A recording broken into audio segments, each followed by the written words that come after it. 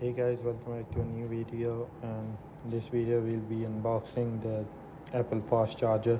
My 5-watt charger used to charge my iPhone 11 so slow, so got this one. So this is the unboxing of the original Apple charger that I got.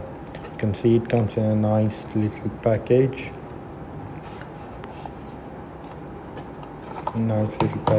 Let me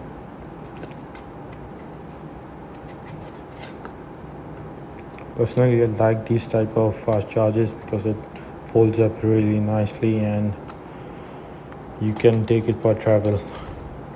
And you can see this charging plug, charging cube. It's not too big, not too small, just perfect to carry it all around. You can see the USB-C port right there.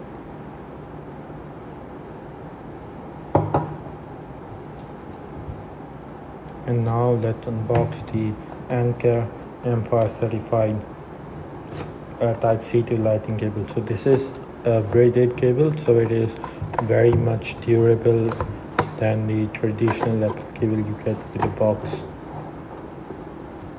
So I got this one, so meaning I can use it for longer.